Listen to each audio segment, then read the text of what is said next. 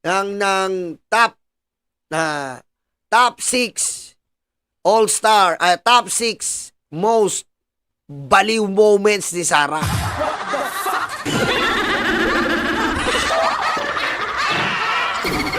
Ito. Top 6 baliw moments. Anong witch hunt? Anong witch hunt? Magkasama kami nag-attend ng isang graduation. Oh. Truthfully, I wasn't feeling well. Kasi kinukulam nila ako. Kita mo? Vice President ka, sasabihin mo kinukulam, kung di ba naman abnormal to?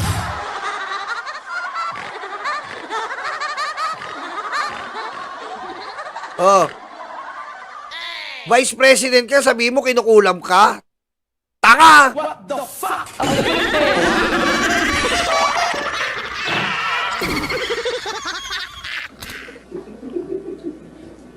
Andiyan na sila, ha? Umabot na sila sa kulam. Nagsama-sama na silang lahat. Kinukulam pa nila ako. Kita mo? Ba yung witch yan? Ito ang witch! Ganun ka-abnormal to. Ngayon, kung di natin naalisin to, walang mangyayari sa Pilipinas. Abnormal ang mamumuno sa atin.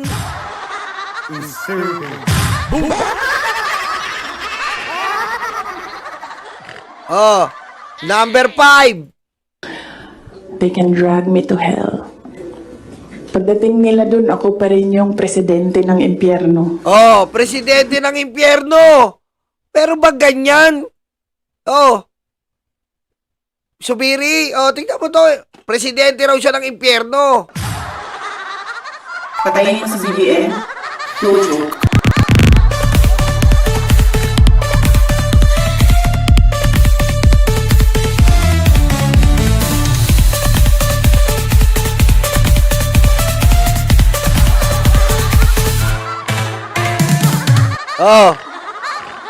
Ganyan ba? Ano ba dapat pag government official ka?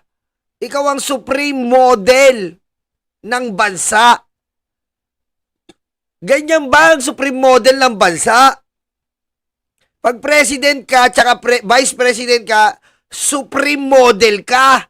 Model na maaasahan, maikukumpara at maipagmamalaki. Pusang ama, mapagmamalaki mo ba yan? Siya ang presidente ng impyerno? Yeah. Number 4. Sabi, di ba, nung sinabi ko na yan ng budget hearing, ako na lang man isa naiiwan dito. Ako na lang isa naiiwan dito. Nagsama-sama na ang mga dayuhan, huwag niyo akong tanungin about foreign policy.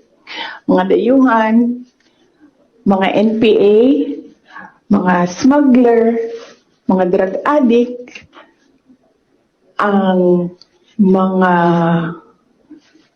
yellow, liberal, at sino yung isa? Administration. Sama-sama na yan sila lahat.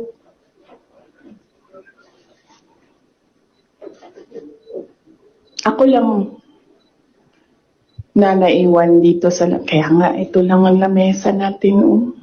Kita mo? Nagsasalita mag-isa?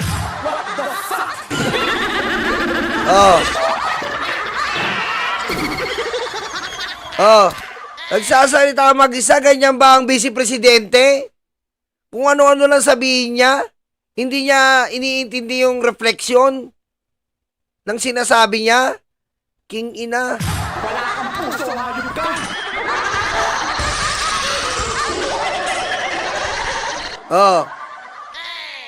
Number 3.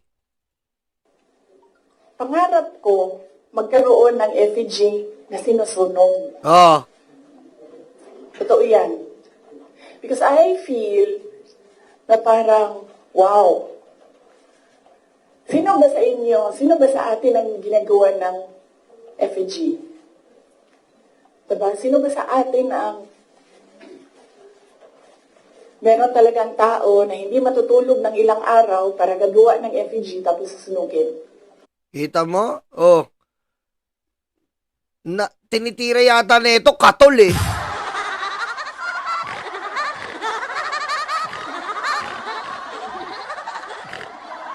Oh. Tingnan mo, walang kausap yan. Wala siyang pakialam sa niya. Gusto mo magka-FPG. Wala kang puso, hayop ka!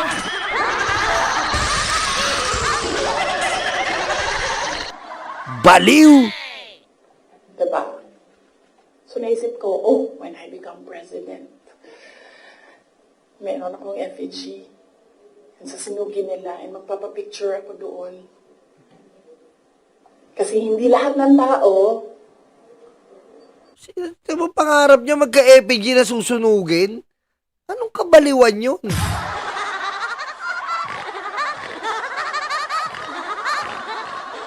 King ina. Pangarap mo, pag nag-presidente ka, may FPG ka susunugin. Putang ina, baliw. Wala kang puso, hayop ka!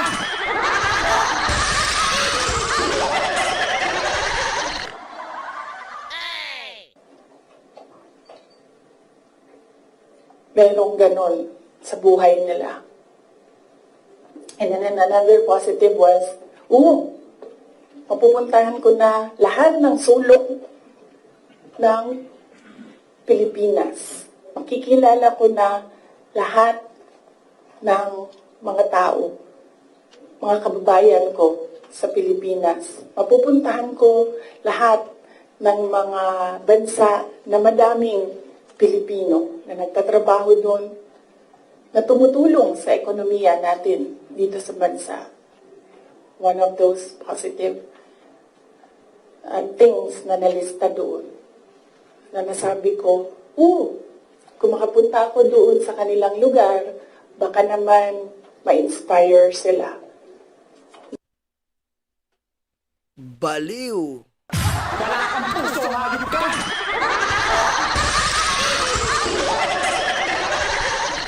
Lakas ang tama, no? Ayun, no? Number 2. Sabihan ko si Senator Amy, one of these days, pupunta ako doon, kukunin ko yung katawan ng tatay niyo, tapon ko yan doon sa West Philippine Sea. Kita mo, pati si Apo Lakay. O ngayon, yung iba nagagalit pag sinasabi natin butot balat. What the fuck?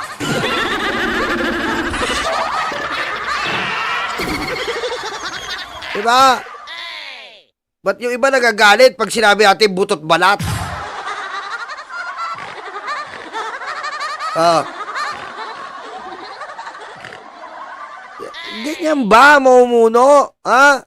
Kita mo? Oh, eto na, number 1, oh. Oh, alam mo? Oh.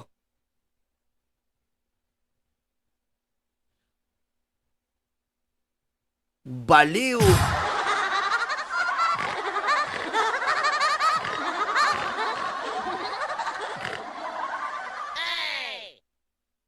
Ganyan ba yung mamumuno? Baliw. Wala kang puso, hayop ka!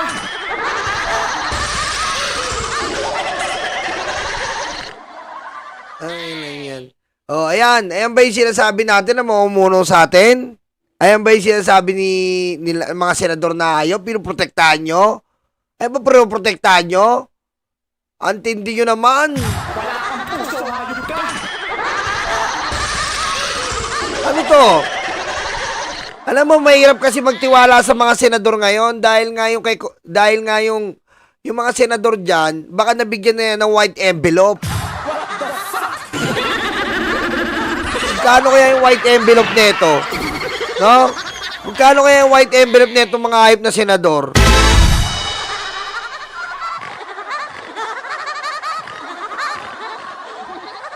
Oh. Ayan ba ang gusto mo mamuno? Oh. Ayan ba ang gusto nyo mamuno? Ganyang kabaliw? Tingnan nyo yung pangarap magkaroon ng FPG sinusunog. Puti, ano ba naman yun? Gusto mo FPG sinusunog?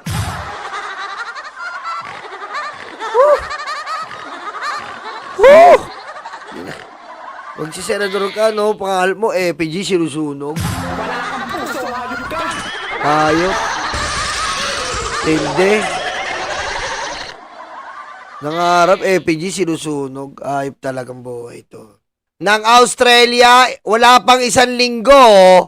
Putik, nasa dahig na naman. Wala kang puso, hayop ka!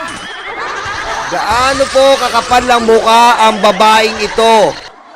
Milyong piso na naman po ng pera ng taong bayan ang ginagastos netong hayop na to.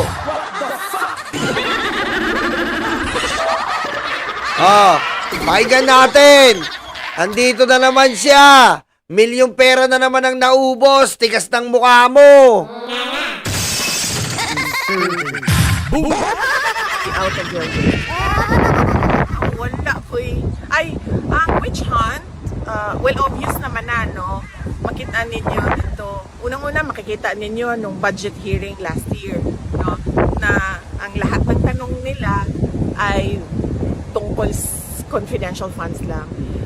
Meron lang silang inutusan na magtanong konti about sa budget proposal ng OVP na wala namang confidential funds, pero lahat ng tanong nakikita nyo, nagbabasa sila ng script at lahat yon confidential. Nagbabasa pa raw ng script yung Kongreso. Sino ba nagbabasa ng script? Ha? Bobo talaga tong pusek na to eh. Bobo na ito ni Sara eh, no? Sino ba nagbabasa ng script? I forgo the opportunity to tackle the issue to the Congress of the Philippines. I forgo the opportunity. Tanga, ikaw! Patayin si BBM. No joke.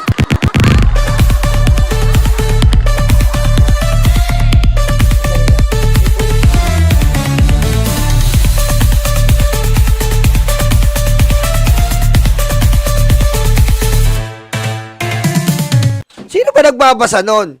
Sino nagbabasa? I forgo the opportunity, the budget, I forgo. Tanga!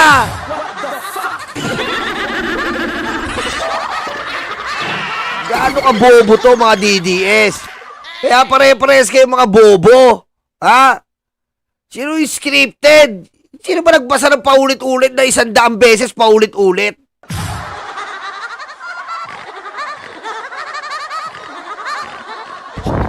Dahil doon nila kinukuha yung information nila na pang-atake. At ngayon, nalaman natin, doon din pala nila kukunin yung information nila para sa impeachment. At kung maalala ninyo, ang presiding member ng House noon ay si Congresswoman Stella Quinmo. At sinabi niya talaga, on record na, let's stick to our plan. Plan doon.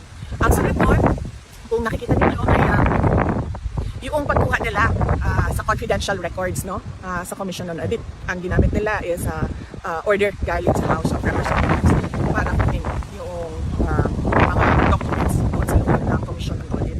At nagbukas pa sila ng hearing na para kumbaga mabigyan ng semblance ko, no, ng legitimacy yung ginawa nilang illegal na pagkuha ng mga documents sa Commission on Audit. At nakita ninyo, nung wala na silang maitanong, dahil wala ka namang makikitang pagkakamali sa mga ginawa, ay lumipat na sila doon sa impeachment kuno. At nakita ninyo doon sa impeachment kuno nila, nakaapat sila na articles of impeachment dahil hindi nila talaga magawang mabuo ng isang complaint na makatotohanan at meron talaga. Hindi nila mabuo o sadyang walang yaka lang?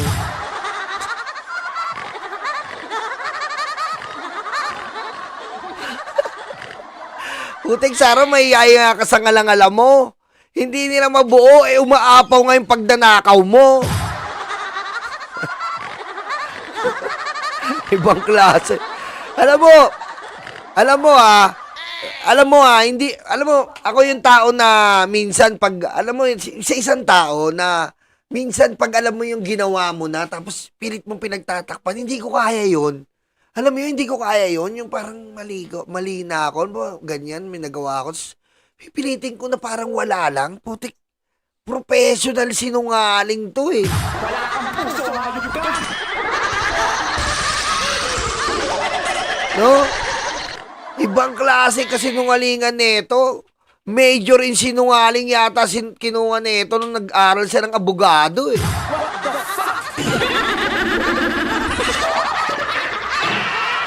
No? Kaya up to now nga hindi niya ma-explain yung mga ninakaw niya.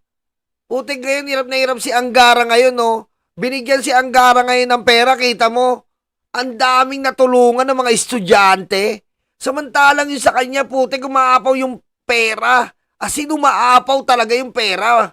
2 department pa, may confidential fund, ubos. Confidential fund, ubos ha. As in, umaapaw yung pera. Tapos ngayon, Inahanap ng explanation, hindi niya ma-explain, tapos sasabihin niya ngayon na parang pinagtulungan siya. Lakas ng tama, men.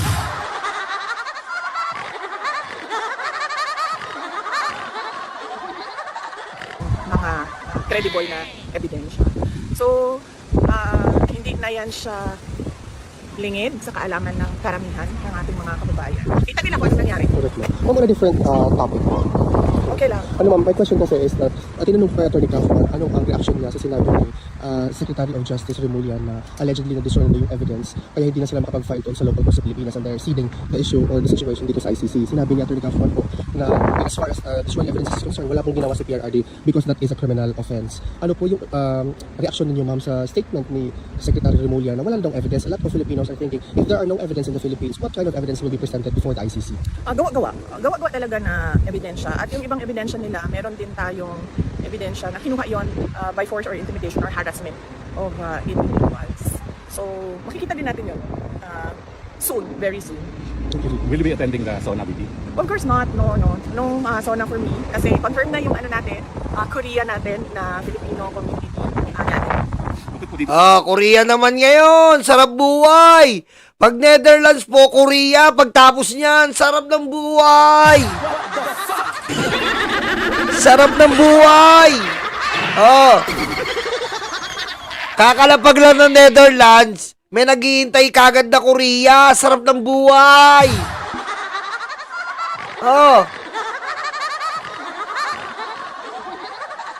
Galing, ayop talaga, no? Kaka-Netherlands lang, Korea naman. Tindi ng mukha mo. sa The Hague, do you intend to visit other places in your district? Wala po.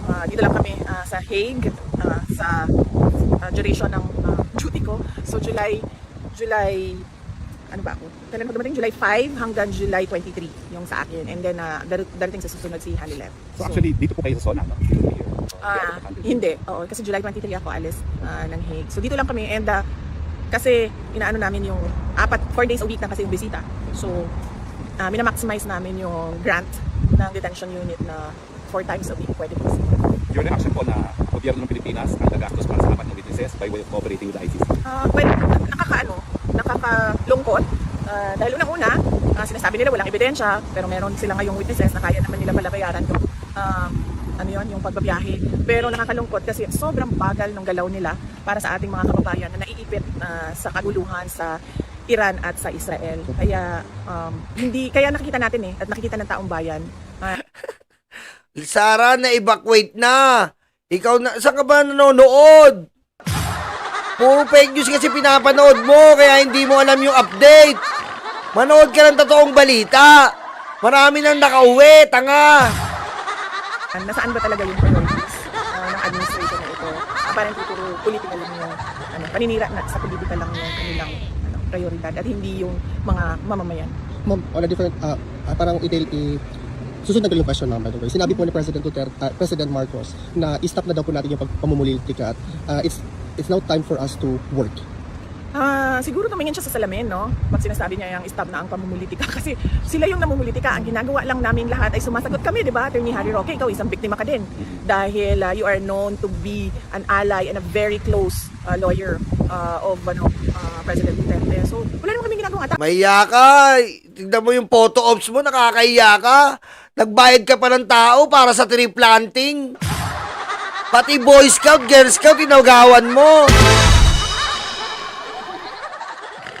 Kakadiri itong vice presidente na to. Magti-tree planting, nag-scripted pa.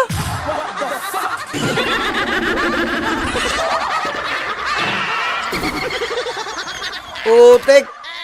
Pero mo tree planting na lang, scripted pa. Okay, camera. Tanga! Patayin mo sa BBM. No joke.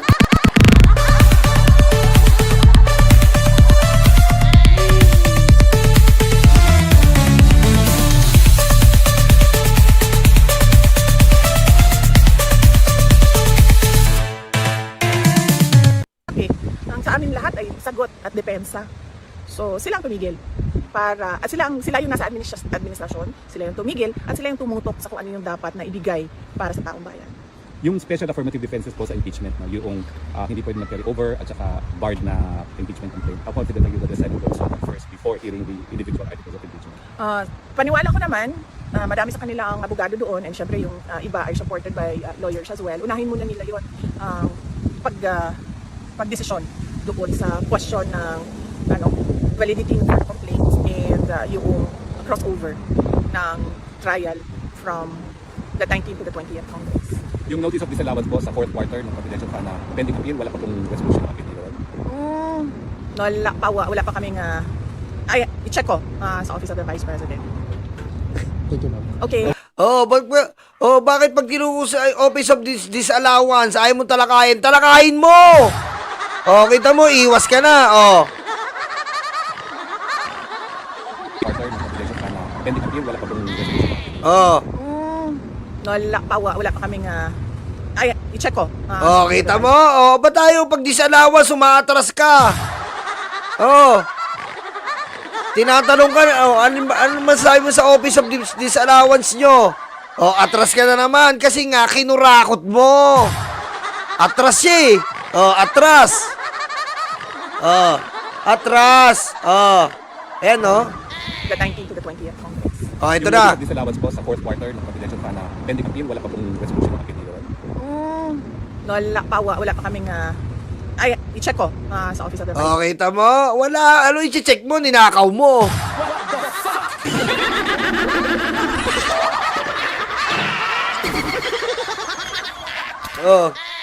Ano i-check mo? Ninakaw mo. Ano i-check mo? Tad-tad ka na ng disallowance. Ano pa i-check mo? President. Thank you, ma'am. Okay. Well, you salamat. answered it already, but Tatay Digo, how is he? So si PRD, kanina ipa-expound kung ano yung skin and bones, payat siya at sobrang payat niya na hindi niyo pa siya nakita na ganito kapayat. Siguro nakita ko siya ganito kapayat nung binata pa siya and sa photo nung binata pa siya. Yung kanyang braso ay kalahati lang ng braso ko. So ganyan siya kapayat. But para sa akin lang, Pangit ng update mo. Kailan mamamatay? Yun ang kailangan namin.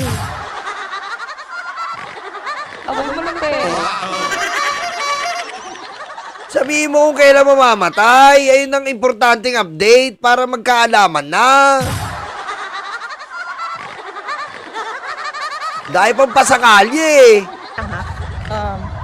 he looks good na payat siya kesa sa yung siya, malaki ang tiyan, tapos parang unhealthy tingnan at pag nakakatakot para sa kanyang heart.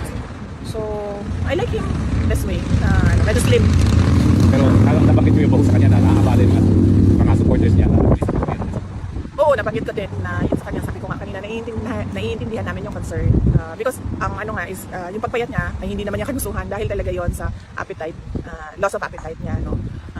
Loss of appetite, loss of fentanyl. Loss of fentanyl yan, Sarah. Anong loss of appetite? Appetite, ang dahil pagkain dyan. Ba't ka loss of appetite dyan? Loss of fentanyl yan, tsaka KFC, finger licking good. Siguro sa mga pangyayari, and so siguro kasi hindi traditional Filipino food niya, nakasanayan. Yung mga pagkain Pilipino na nakasanayan niya, hindi yung yun ang meron dito para sa kanya. At one more last question po, Pisa. Nabalitaan niyo po ba yung unity walk namin yung July 5? Yes, oo. Nakita ko din yung videos. Nabanggit ko din. 7 kilometers. Nabanggit ko din kay dating Pangulong Duterte yung Unity Walk July 5 dito sa The Hague. At nabanggit ko din yung Run for Duterte, yung fun run sa Davao City at sa Cebu nung July 6. So nabanggit ko yun sa kanya. Alam din po niya sa 19. Sa 19, bukas ko babanggitin na sa kanya nakikutan ko kanina kasi nag-updating lang ako kung anong mga nangyari. So mag-update ako kung ano yung mga future na mangyayari bukas. Thank you, VP. Thank you, ma'am. Salamat. Thank you. Yan yung update sa impacta yung abnormal na may tiniling na vice presidente.